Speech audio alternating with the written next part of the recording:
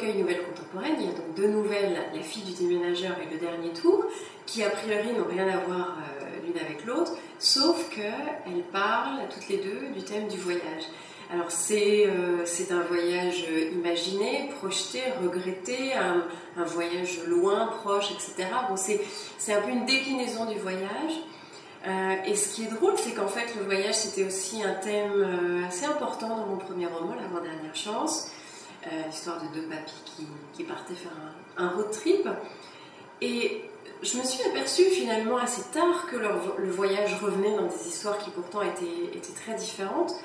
Et je ne l'ai pas forcément expliqué jusqu'à temps que moi aussi en fait je fasse un grand voyage de 8 mois là récemment, je suis revenue. Et à la limite, j'ai enfin compris pourquoi je parlais tout le temps du voyage. Je pense que vraiment le voyage, c'est un révélateur de soi. C'est un révélateur de destin, c'est un révélateur de ce qu'on peut avoir de meilleur en nous finalement, de plus ouvert, de plus généreux.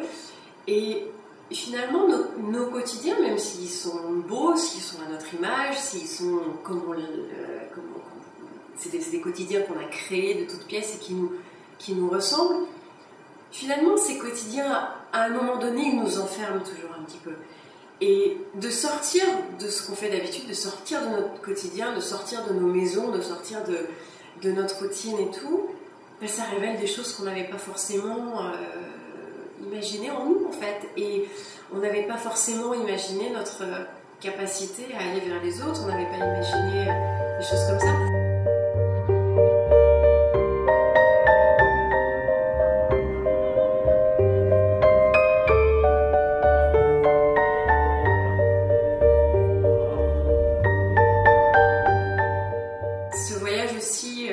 Dans Le dernier tour, c'est un autre personnage en fait qui fait juste quelques pas qui font pas partie de son chemin habituel et qui change aussi les relations entre les gens et qui finalement les rendent plus heureux.